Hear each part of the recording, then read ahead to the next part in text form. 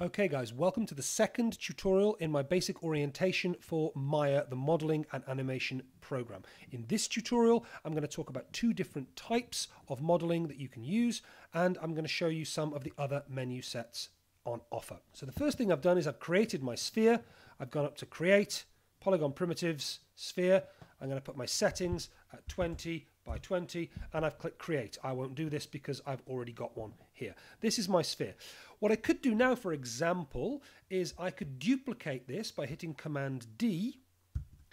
When you duplicate something, what it does is it copies and pastes it directly on top of itself. So you have to drag it out in order to see that you have in fact copied something in the first place. So I'm just going to undo that, put it back right back on itself. What I'm going to do is I'm going to lift it up a little bit. I'm going to shrink it down with the scale tool so it's kind of small like that. And for the purposes of this model session here, I'm just going to have these two. I'm going to build this kind of sort of snowman thing. Okay. If I hold Shift, select both of them together, it will stretch both of them together, but it will keep the center point exactly where it was. So I'm going to need to click back on that and maybe, and maybe lift it up a little bit like that so I can make the basic object of my snowman. Now, one of the methods that I used, so there are two main modeling methods that you can use. The first one's really simple, really straightforward. I'm just going to drag over these to select everything in shot.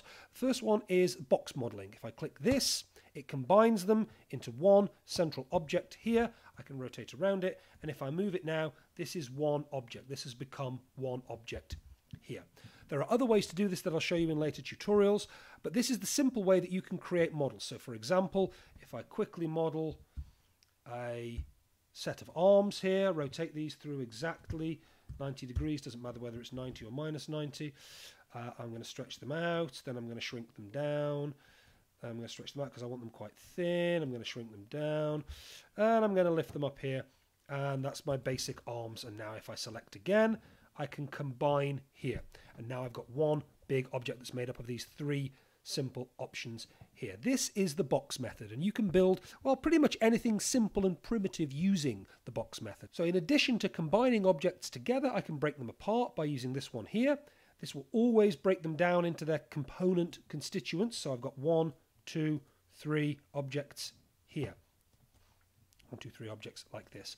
And I can join them back up again by selecting the 1, 2, 3 objects in order to do that. Now you'll notice that I can't select the object. It's gone into this kind of weird grid mode. The reason for that is because there's a third menu set in Maya in addition to the shelf and in addition to the menus up here that can be found by clicking and holding the right mouse button. And it brings up these options here. So in order to select an object, I need to be in object mode. And all I'm doing is I'm holding the right mouse button and dragging around, and this enables different options for me. So at the moment I'm in face mode. I can tell I'm in face mode because it's looking at selecting individual faces. If I want to go into object mode, I need to hold right click, go to object mode, and then let go. And then I'm clicking back on objects. And if I want to, I can combine them again like I did before, and I can break them apart like I did before, really simply like that. However, I don't want to do this because I want to show you a slightly more complex system of modeling. So I'm just going to get rid of all this, delete, and I'm going to create myself, oops, I forgot to apply my changes, Polygon Primitives, Sphere, menu set, 20 by 20, create. Okay, so I'm going to create this new sphere here. I'm going to show you a different way to model. So I'm just going to show you some of the most commonly used features of this wheel here. So we're in object mode right now. Let's go down to face mode down here. We click face mode, we can select individual faces. And what we can do with this face, if I go back to my W, E and R tools, now W, E and R don't apply to the whole object. So translate, rotate and scale, translate, rotate and scale, don't apply to the whole object. They apply to just this one face. So if, for example, I wanted to pull this one face out like that, take a little look, you can see I'm starting to deform the basic shape of the object. I can make a little kind of cherry bomb sort of thing there, like that. Right? In addition to that, I could rotate this face, so it looks like that or like that. Try to avoid flipping it over on itself, otherwise you create all sorts of problems further down the line. I could do that. And I could also scale it, so I could scale it to a fine point like that, or I could make it wider than the object itself. Now it looks like some kind of weird hand grenade. So this is just using the same basic tools as before, translate, rotate and scale, but selecting an individual face rather than selecting the whole object. I'm going to undo, back to basic here. So that's if I select faces. What if I select vertices?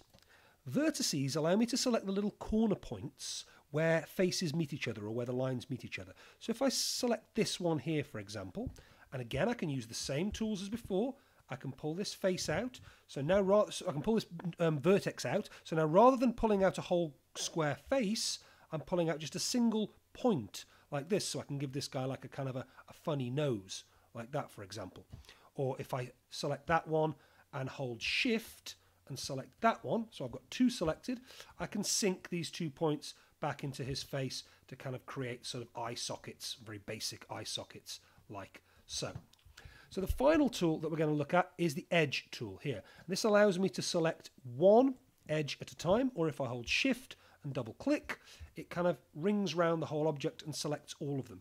So again, I can use the various different tools. If I use the scale tool here, you can see it takes this kind of edge out, or indeed takes it in like that to give him a little bit of a concave or convex sort of shape. Or alternatively, if I just undo that, I can select just, important to do it this way around because that arrow always goes out there, select this one, and I can move them back in like so and create a basic mouth. And you can see already I've started to create, if I click off, if I go back to object mode and click off, I've created a really simple Gru from kind of Despicable Me object. And Gru would have been modeled in a not entirely dissimilar way to this here. So there's one other thing I'm going to show you quickly. If I just click back on here. If I go back to vertex mode, which is where this is most often used, if I go back to vertex mode and I click that,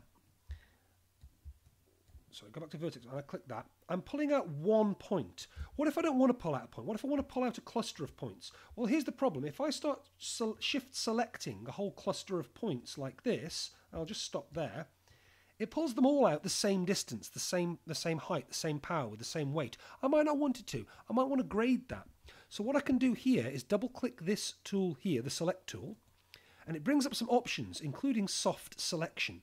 I'll just move this to one side. If I click soft selection here and enable it, it will now select this point and all the other points around it using this fall off radius. And if I take it right down to basics, you see here, a little bit over there, what happens now is you can see the strength that it's going to pull. Bright yellow is going to be pulled most, orange is going to be pulled a little bit, red hardly at all.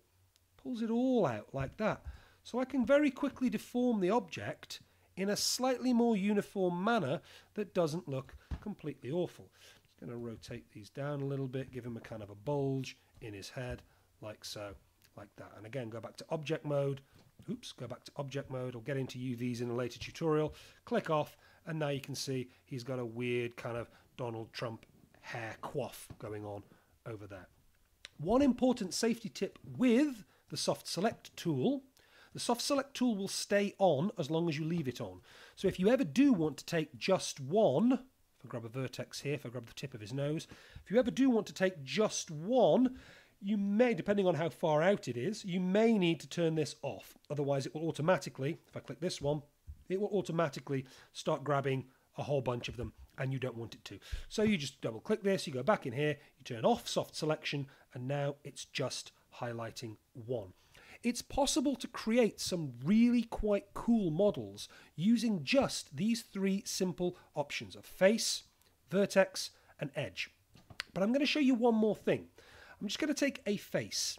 In fact, no, I'm not. I'm going to create a cube for this. 1 second. Move this guy to one side in object mode. Move him off to one side. I'm going to create a cube. Nice, simple cube here. What I'm going to do is I'm going to use this tool up here, which is the Extrude tool. You can see down here at the bottom of the screen what each tool is. This is the Extrude tool. So this allows me, if I select a face, maybe this face here, to extrude it. So as soon as I click this, the arrows will change slightly. So this tells me I'm in extrude mode, as does this here. What this means is essentially I can model this like it's clay. Imagine I'm pulling a piece of clay apart, but imagine it's clay of infinite size and dimensions and you never run out of clay. Let me show you what I mean. I'm going to take this out and out and out, and if I roll back a bit, I'm going to take it out and out and out and out. I can take it infinitely. Well, there is a limit by the computer's memory, virtual memory, but basically I can go forever. I can do the same thing here. Now I've got that, I can click that, I can extrude it, I can take that out here, and what it does is it pulls more geometry, it pulls more objects out of the object that you started with. So very quickly right here you can see, for example, if I extrude one more time, this time going up, and then if I select the edges and double click here, so it selects all the edges around the side. Oops, not selected that one, I'll do that one manually. In fact, I'll do them all manually just to make sure. What I can do is I can scale that in like so, drop it down like so, raise this one up, and now I've got my very own barn, house, or whatever else. So that's all done by using the Extrude tool here. In this tutorial, we've looked at the basic box method of modeling, combining and separating objects, and we've also looked at the deforming or extrusion method of modeling by grabbing edges, vertices, and faces, and by using the extrusion tool here. I've been Dr. H. As always, do please click subscribe for more tutorials. Thank you very much for listening.